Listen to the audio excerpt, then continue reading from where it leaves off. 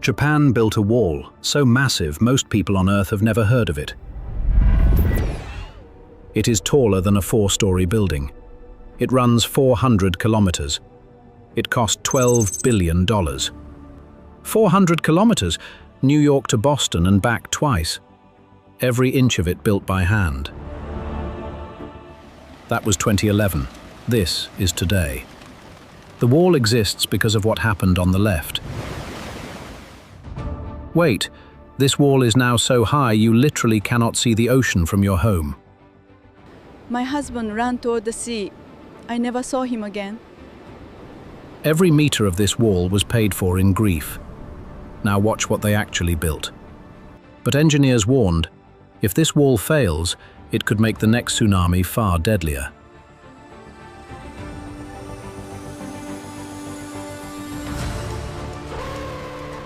March 11th, 2011. The ocean floor moved 50 meters in 3 minutes. What came next was unstoppable. That rupture displaced 500 cubic kilometers of ocean. The wave crossed Japan in 30 minutes. Not a wave, a moving wall of black water, 40 meters tall. Nothing in its way survived. 90% of Japan's seawalls failed in that single hour. Every engineer in Japan took notice. The world's largest breakwater, $1.6 billion, destroyed in seconds. It did not break from the front. Water topped it, eroded the back face. Foundation vanished. That is the engineering problem. One mayor, one wall, 3,000 people alive. That village gave Japan its blueprint. Build it taller. Now you might be thinking, how do you design a wall to stop an entire ocean? Here is the brutal truth. This wall was never designed to stop the 2011 scale wave. Here's the crazy part. Most of this wall is underground. Only 14 meters shows. Engineers modeled this wall 200 times in a computer before placing one single stone on the coast. Wall height changes every kilometer. Taller on exposed headlands, lower in sheltered bays. Designed from wave data. 440 separate teams. If even one goes bankrupt mid-build, a gap opens in the wall. Zero tolerance. Before one stone is placed, survey ships drill the seabed. Every section is different below the surface. 3 foundation types: soft clay, dense sand, hard rock. Each requires completely different engineering underneath. First task, demolish the walls that failed. Study every failure mode. Then build the new one bigger. 400 kilometers, measured meter by meter before a single machine starts digging. This step takes months. They cleared an entire coastal pine forest. Erosion matting follows the bulldozer within minutes. Always. The tide gave them 4 hours daily on the seabed. Every single minute was counted. The clay zones cannot even support a bulldozer. The ground is dangerously soft down there. Steel road plates spread the load. The machine floats above the mud. Simple, effective. Crisis over. They are building the foundation 25 meters below sea level, in the active surf zone, right now. Divers guide 5-ton boulders into position underwater, in the same ocean that just destroyed the coast. Engineers check the underwater progress by sonar. They cannot see it. They must trust the data completely. Between boulders and fill sits a filter layer. Miss it, the wall slowly bleeds away. After weeks underwater, the rubble mound breaks the sea surface. Watch what comes next. That geotextile membrane stops fine soil particles migrating into the rubble. It works silently forever. An uncompacted mound settles unevenly. A settling foundation tilts the wall. Every roller pass is preventing failure. A 1 to 1 in 5 slope angle exactly. Steeper and boulders slide. Flatter and waves will not break on it. A platform is rising inside the ocean, from nothing. Now the real wall construction begins above. Sheet piles driven 10 meters into the ocean floor just to protect the wall toe. Z-profile interlocks. That connection transfers shear forces between every pile in the wall. Critical detail. That steel wall fights the retreating wave, not the arriving one. Backwash scour is what destroys foundations. One buried boulder deflects a 12-meter pile sideways. The entire alignment is now destroyed. Pre-drill the boulder first. Crush it. Then the pile drives straight through the cleared hole. Clean. The wave going back out is more dangerous than arriving. Backwash vacuum pulls the foundation sand out. 30 dump trucks running 16-hour shifts non-stop. One breakdown stalls the whole compaction cycle. 300-millimeter lifts, no more, no less. Too thick and the compactor never reaches the bottom of it. Inside every seawall body, geotextile reinforcement layers, like rebar in concrete, but for compacted fill. 98% proctor density, or the inspector shuts the job down. Every single layer tested here. Press your foot on 98% proctor fill, nothing moves. At 85%, sinks. 300 millimeters per day, 18 months until the first tsunami season with the wall standing. Counting. That clay core is the wall's internal waterproofing. Well-compacted clay stops water permeating through it. One night of heavy rain, 600 millimeters of slope slumped. The entire section is rebuilt from scratch. A drainage pipe network inside the embankment. Cover the slope with geotextile before every rain. Always. The wall hits 10 meters. Thousands of concrete panels are coming. This is the critical part. This wall has sensors embedded inside it. Engineers watch it breathe and settle. Every day, forever.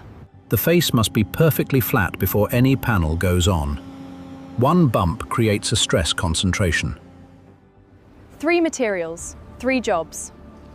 Grip the seabed, seal against water, carry the structural load. All one wall. If one of these 7-ton panels cracks in the mold, it ruins the entire week's schedule. Every hairpin bar connects the panel to the crown wall. One missing bar breaks everything. Self-compacting concrete flows around every bar. Perfect face. No honeycombing. That surface must resist a tsunami. Wrong slump and the panel face honeycombs. One bad batch fails the whole production run today. Listen to that tap. Solid ring means good concrete. A hollow sound means this panel gets crushed. Zero tolerance for defects on tsunami walls. That panel is worth $800. It still gets crushed. 7-ton panels on narrow Japanese coastal roads. Flagmen at every junction. 400 kilometers to cover. That bed is leveled to 5 millimeters. A hump cracks the corner of a 7-ton concrete panel. That face takes a tsunami at 30 kilometers per hour. It must hold for 100 years. 400 millimeters lap sounds boring, until you picture a tsunami ripping each panel off the wall. That rubber water stop swells when wet. The bigger the wave, the tighter every joint seals itself. Straight panels on a curved coast, 20-millimeter gaps opening. Water forces through and undermines everything below. 37 unique panel shapes, CNC machined molds. Every gap closes to zero. One curved bay, perfectly sealed. 1 week seals 400 meters, but the 2022 deadline is counting down. 440 teams racing simultaneously. The crown wall nose throws overtopping water back over the seaward side. One detail protects thousands. The crown wall grabs every panel below through hairpin bars. One integrated structure, not individual stacked pieces. Pump boom maxed at 15 meters. If it fails mid-pour, a cold joint forms. wall compromised. 10 degrees from vertical. That single angle throws overtopping water outward instead of crashing inward. Simple genius. The only decoration on 400 kilometers of wall, a stamped wave pattern on the coping. They measure the crown wall height for 5 years after completion. Monitoring never stops. 6 materials. 6 engineering functions. From outside, it just looks gray. It is not. The back matters as much as the front. Back face failure is what killed the old ones. If water tops the wall, it must go somewhere safe. The landward drain is that escape route. 32-ton concrete blocks. Each one must interlock, or the entire armor layer shifts in the first storm. One leg always points upward, catching the next tetrapod above. That interlock absorbs wave energy on impact. They are not placed precisely, they are dropped. They find their own stable position, chaos creating order. The gaps between tetrapods are not a weakness, they are the mechanism. Water flows through, energy dissipates. 1 liter of water completely absorbed. Now imagine that multiplied by 50 million tons of tsunami. There is a formula for this, Van der Meer equation. Input wave energy, output minimum armor weight. 40 tetrapods per day, 400 kilometers of coastline to armor. This yard never stops, day or night. Below the waterline, tetrapods pile up unseen. Sonar shows what no diver can reach at that depth. 3 lines before the wall, rubble mound, sheet pile toe, tetrapod armor. The tsunami exhausts itself first.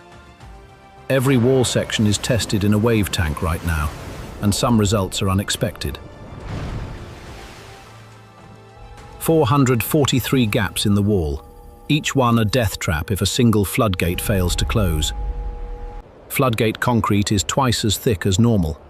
This is exactly where tsunami forces concentrate hardest. 70 seconds from alarm to sealed, the only window before the wave hits the coast. A seismic sensor triggers automatic closure. No human needed. Earthquake starts, gate begins closing immediately. 15 millimeters clearance, 50 tons of steel, 40 kilometers per hour coastal wind during installation. 1.5 times design pressure. If one of 14 seals leaks, the gate completely fails. 40 liters per minute through a 2 millimeter gap. Under real tsunami pressure, that gap becomes 20 millimeters. 2 millimeters ground off. Retest. 0 leaks. 3 hours of machining saves a whole town. A driver caught in this gap when the alarm triggers, the gate closes in 70 seconds. A 22-meter steel curtain must seal the river mouth before the tsunami wave arrives at the coast. Stored open at the top. Gravity closes it. Power fails, the gate still comes down. 443 gates, 1 command room, 4 minutes 20 seconds. Japan drills this every March 11th. 400 kilometers of wall, 1 screen. Every gate, every sensor, every alarm. The wall thinks for itself. On cliff sections, there is no beach. The wall goes directly into the rock face. Rock bolts, 2 meters into basalt. 50 kilometers per hour coastal winds during drilling. Wall bolted to mountain. Concrete sprayed at 100 kilometers per hour bonds to rock better than poured. The cliff becomes the wall. The tsunami hits concrete bonded to shotcrete bonded to basalt. 3 materials, 1 integrated face. Nothing moves. A submerged breakwater trips the wave 200 meters offshore before it even reaches the main coast wall. A 60,000-ton box floating in 3-meter swells, being sunk to 63 meters. Watch what happens. The tug loses steerage in 30-knot winds. That 60,000-ton box drifts 8 meters off its mark. The rebuilt Kamaishi breakwater is stronger than the world record it replaced. Always build back stronger. If this panel fails the strength test, the entire week's batch goes to the crusher. 2 millimeters of carbonation. The reinforcement inside will not see sea air for at least 100 years. The independent inspector can fail any section and order demolition. 440 contractors under that pressure constantly. Twice the design load on the gate frame. Engineers watch strain gauges. It holds well. 14 millimeters of differential settlement across 400 kilometers in 2 years, on coastal sandy ground. Exceptional. A 7.4 earthquake strikes. The sensors fire. All 443 gates are now closing simultaneously. 0 cracks, 0 shifted tetrapods, after a real 7.4 earthquake. That result is extraordinary engineering performance. Watch this. The pump is running on the last section. 400 kilometers is almost sealed, almost alive. A helicopter is flying the full 400 kilometers right now. What it photographs will change engineering forever. These staircases are not scenic overlooks. They are emergency evacuation routes designed from crowd flow science. People cycle along the top now, walk dogs, run every morning. The wall became a daily promenade.